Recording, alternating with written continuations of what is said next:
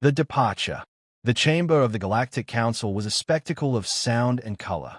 Hundreds of species, scaled, feathered, furred, and plated, filled the amphitheater, their voices overlapping in dozens of tongues, each modulated into a common translation field.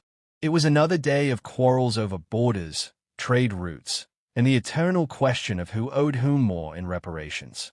Then the humans asked for the floor. Their delegation was small compared to most. 5 individuals, seated quietly in the corner of the chamber. The lead representative, a tall woman in a plain suit rather than ceremonial garb, rose without fanfare. "We are withdrawing," she said. The chamber hushed, translation system spreading her words like ripples across still water. Dozens of heads turned toward her. "Withdrawing?" asked the scaled emissary of the Thras Dominion, his tail twitching in irritation. "From what? This matter under discussion does not even involve your systems." "From everything," the human answered. Her voice was steady, almost too calm. "The United Terran Directorate and its colonies are withdrawing from Council membership, trade accords, and defense treaties. Effective immediately." The silence was absolute. For once, even the loudest voices in the council chamber found no words. Finally, the chitinous delegate from the KHLTA clacked his mandibles in disbelief. "Impossible. No member world has ever simply departed." "Then we will be the first," the human replied. Laughter broke the stillness, harsh and mocking. The Orvi merchants clicked their throat sacks in amusement. "You think yourselves so indispensable. Leave, then. We have endured far worse losses than a minor species with oversized ambition." But some did not laugh. The Dracani, an amphibian race known for their cautious wisdom, leaned forward. "Why," their speaker croaked, "humans thrive on trade, on exchange. You mediate disputes, you provide transport, you—" He trailed off, gills flaring. "Why abandon all of it?" The human woman offered no explanation. "Because it is time. That is all you need to know." A low rumble swept the chamber. Murmurs in 100 dialects. This was not how negotiations worked. Species left after centuries of war, after treaties shattered, not through a calm declaration spoken in 12 words. The presiding speaker of the council, a massive crystalline being whose voice resonated like struck glass, demanded, "This decision is rash. You must offer reasoning. What compels your departure?" For the first time, a flicker of emotion crossed the human's face. Not anger, not fear, but something colder. "We do not seek approval," she said. "We are informing you, not requesting permission." And with that, the human delegation turned and walked out of the chamber. Over the following weeks, the galaxy watched in disbelief as humanity made good on its word. Embassies closed overnight. Human freighters vanished from trade routes. Orbital stations once bustling with engineers were dismantled piece by piece, stripped clean, and left empty. Other species expected protest, negotiations, demands for concessions. But humanity asked for nothing. They simply folded their flags, recalled their fleets, and left. For many, it was a relief. Humans had always been unpredictable, too curious, too bold, too quick to throw themselves between warring states. Without them, perhaps the council would be calmer, more orderly. But the absence was immediate. Trade networks faltered. Human-designed navigation AIS, adopted by nearly every major civilization, was suddenly unsupported. Colonies dependent on Terran medical technologies found themselves scrambling to replicate treatments. Wars that had been stalled by human mediators began to heat again at the borders. Still, most told themselves it would stabilize. Humanity was reckless. Their leaving proved as much. Yet whispers began to circulate. The Dracani scholars compiled historical records of human behavior. Wars fought, alliances forged, disasters averted. Time and again, humans had been the ones to step into chaos and drag order from it, not through superior numbers or technology, but through a stubborn refusal to surrender. Why would such a species abandon everything without cause? In private chambers, uneasy questions were asked. Had the humans seen something the rest of the galaxy had not? On the far edge of council space, A minor ambassador of a minor world stood in the abandoned docking bay of what had once been the Terran embassy. Dust already gathered where banners had hung. He stared at the empty space where human ships once docked and whispered to his aides. They know something we don't. Cracks in the council. The council chamber had never been silent for long, but in the weeks after humanity's departure, its noise carried a sharper edge. Debates that once ended in compromise now dragged into shouting. Petty disputes ballooned into full-blown confrontations. The Speaker of the Council, crystalline body glinting under the chamber's lights, called the assembly to order yet again. We must address the shortages. The withdrawal of Terran trade has disrupted half the spiral arms. Food shipments are delayed, medicines are dwindling. Because the humans hoarded their designs, spat the Thrask Dominion scaled ambassador, tail thrashing against the marble floor. They built our navigation systems to rely on them, then ripped them away. It is sabotage, nothing less. That is a lie, the Dracani delegate croaked. Humans offered their technologies freely. It was we who grew dependent. Do not pretend otherwise. The chamber erupted, translators straining to render 100 simultaneous arguments. The speaker's crystalline form pulsed with agitation. Order was never easy to maintain, but without humanity's peculiar gift for mediation, it felt impossible. For all their flaws, humans had an uncanny ability to listen to 10 different sides, distill them into one, and force compromise through sheer stubbornness. Without them, the council felt like a ship with no rudder, still moving, but toward rocks unseen. Outside the chamber, the impact was worse. The Orvi merchant guilds reported entire convoys stranded in deep space, their FTL drives locked in error states that only human technicians had known how to repair. The Vroti League, dependent on Terran agriculture shipments, declared a state of emergency as grain silos emptied. At border systems, old conflicts reignited. The Zafir Coalition sent warships across disputed sectors, claiming the humans' absence invalidated old treaties. Their rivals retaliated, and within days, civilian transports were caught in the crossfire. Refugees streamed into neutral territories. The Council tried to intervene, but their resolutions were hollow. No one trusted another's promises. No one wanted to back down without the human habit of dragging both sides to the table and locking the doors until an agreement was signed. In quiet chambers far from the noise, scholars and analysts began piecing together a troubling picture. The Dracani scholar Tyran assembled centuries of records. In each instance of crisis, the famine on Alcharos, the cavern plagues, the border wars, humans had not merely participated, they had been central. Where others saw a problem too complex, humans threw themselves at it. Where others hesitated, humans improvised. Patterns do not lie, Tyran muttered to his students, his gills fluttering as he traced data across holographic displays. Remove humanity, and the balance collapses. Too quickly, too easily. It is as if they were glue, holding us together without ever claiming to. His students exchanged uneasy glances. Glue was not glamorous, but without it, structures fell apart. Then came the discovery. A salvage crew from the Orvi Guild stumbled across a derelict human relay station drifting beyond the Rose Belt. Its systems were offline, stripped of useful equipment. But one data core remained intact. The Guild expected trade records, perhaps abandoned encryption keys. Instead, they found a single message, encoded in a dozen redundancies as though humans wanted to make certain it was read. The message was 3 words long. We warned you. The Council's central archive confirmed it. No metadata, no explanation, no origin timestamp. Just that phrase, echoing through every translator field in tones that carried a peculiar finality. The message spread like wildfire. On some worlds, it was dismissed as human arrogance. On others, it sparked panic. What had they seen? What danger had they chosen not to share? Back in the chamber, panic began to creep into speeches. They abandoned us to starve, cried the Orvi guildmaster. No, countered the Dracani scholar, summoned to testify.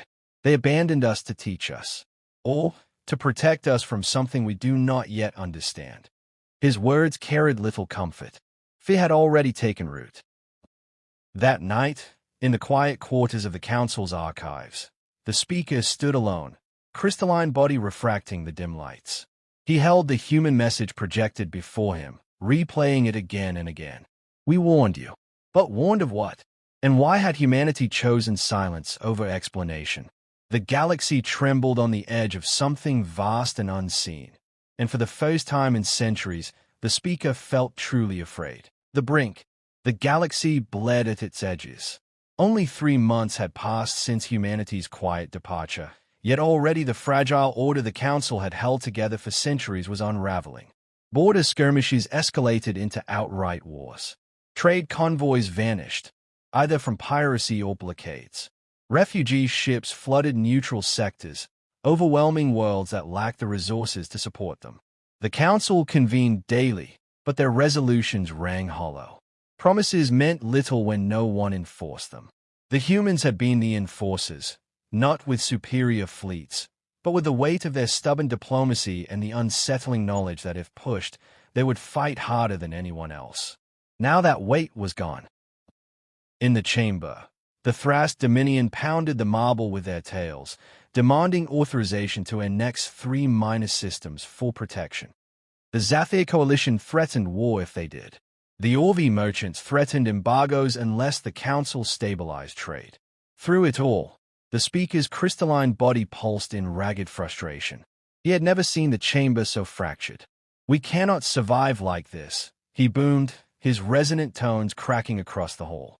We must find out why the humans left and whether they will return. A murmur of assent rolled through the delegates, though many voices still bristled with anger. That very week, a joint expedition was dispatched to scour abandoned Terran facilities.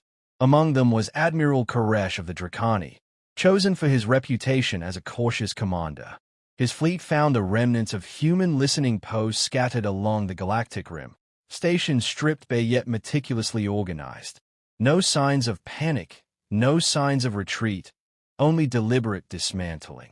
On the third station, buried deep within redundant databanks, Koresh's analysts uncovered encrypted records. Hours of decryption revealed fragments, sensor logs of deep space anomalies beyond the map's spiral arms. The logs spoke of energy signatures without source, fleets that vanished without distress calls, and regions of dark space where even light bent strangely, as if swallowed whole. Koresh stayed at the projections, gills pulsing slowly. This is why they left, he murmured. They saw something coming. Back at the Council, the data was presented in hushed tones. It cannot be coincidence, Koresh said firmly. Humans abandoned everything not out of arrogance, but out of preparation. They were studying something outside our galaxy. The chamber erupted. Lies, the Thrask delegate hissed. A fabrication to excuse their betrayal. But the Dracani held firm. You saw the shortages, the chaos. Would they abandon all advantage for nothing? No, this was deliberate. The debate split the chamber down the middle. Some feared the implications. Others dismissed them, claiming humans had staged the records to mask their weakness. But unease settled into every corner of the Council. Then the first great loss came. A fleet of the Zathir coalition, 60 warships strong, entered uncharted space in pursuit of rumors that humanity had left hidden colonies. They never returned. No distress calls, no wreckage, only silence. The coalition raged, accusing rivals of ambush. But deep scans of the region found no battles, no debris. It was as though the fleet had been swallowed whole. The message spread faster than fire. The void where humans had gone was eating fleets. In the streets of Council worlds, panic stirred. Civilians whispered that humans had known all along, that they had seen the storm on the horizon and left to confront it in silence.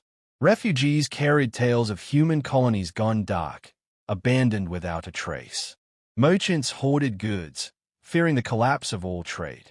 The speaker convened an emergency session, his crystalline body dimmed with fatigue. We stand on the brink, he told the chamber, not only of war with ourselves, but of something beyond comprehension. If the humans fight in the void, then every moment we spend arguing here brings us closer to destruction. For once, silence answered him. Even the loudest voices of the Dominion and the Coalition held their tongues.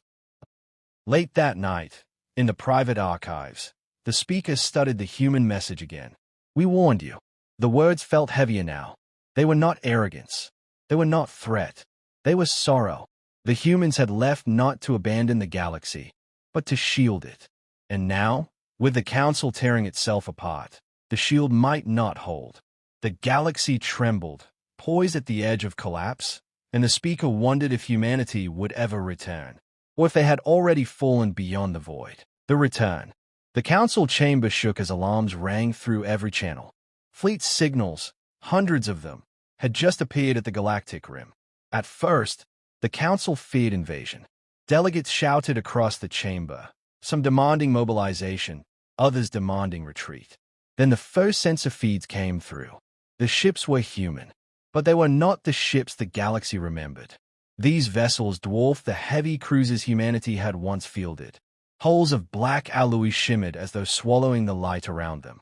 Their silhouettes were jagged, bristling with weapon arrays alien to known designs. Energy signatures flared so intense that even the speaker's crystalline body hummed with static. The Council chamber fell silent. For once, no one shouted. A single transmission cut across every channel. The voice was human, steady, unyielding. We're left to fight what you could not see. We return because it is coming here. Panic erupted in the chamber. The Thrask Dominion hissed accusations of manipulation. The Orvi guilds demanded clarification. The Zathir coalition spat denials, still claiming the missing fleet had been ambushed by rivals. But the transmission did not argue. It did not explain. It only repeated, "Prepare yourselves. We cannot hold the line alone." In the days that followed, human fleets fanned out across border sectors.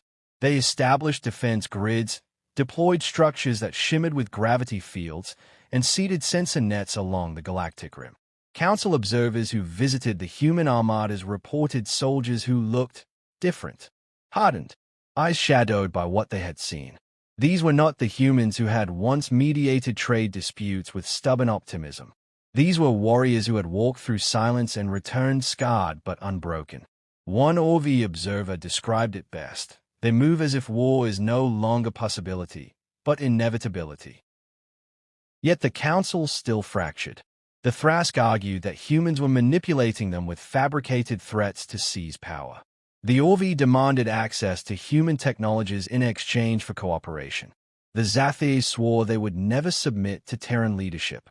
The speaker called for unity, but even his crystalline voice could not silence the tide of mistrust.